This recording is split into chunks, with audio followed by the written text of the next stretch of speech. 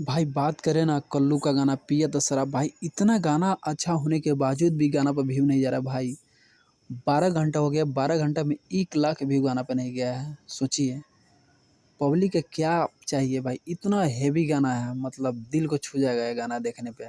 लेकिन पब्लिक को समझ नहीं आ रहा है कि भाई गाना पब्लिक खोज कैसा रहा है।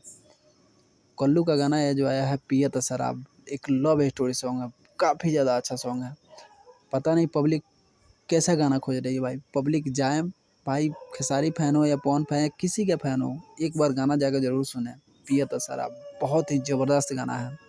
जितना तारीफ़ करे उतना कम है। इस गाना को मैं भाई 20 से 25 बार गाना को सुना हूँ, पिया तो शराब गाना का। सोचिए कितना हेवी गाना है। मुझे इतना हेवी लगा पर्सनली। आप लोग अगर नहीं सुने हैं तो इस गाना को जाकर सुने। काफ़ी ज़्यादा अच्छा गाना है। काफ़ी जितना तारीफ़ करे उतना कम पड़ जाएगा इस गाना के लिए भाई। क्योंकि कल्लू अपना जी जान लगा दिए हैं इस गाना में। काफ़ी ज़्यादा अच्छा है। और ये सारेगामा हम भोजपुरी से रिलीज़ हुआ है। अब 12 घंटा में 1 लाख व्यू प्राप्त नहीं हुआ है। सोचिए कल्लू का ये, अपने दिल से पूछिए कि कल्लू कितना मेहनत किए होंगे।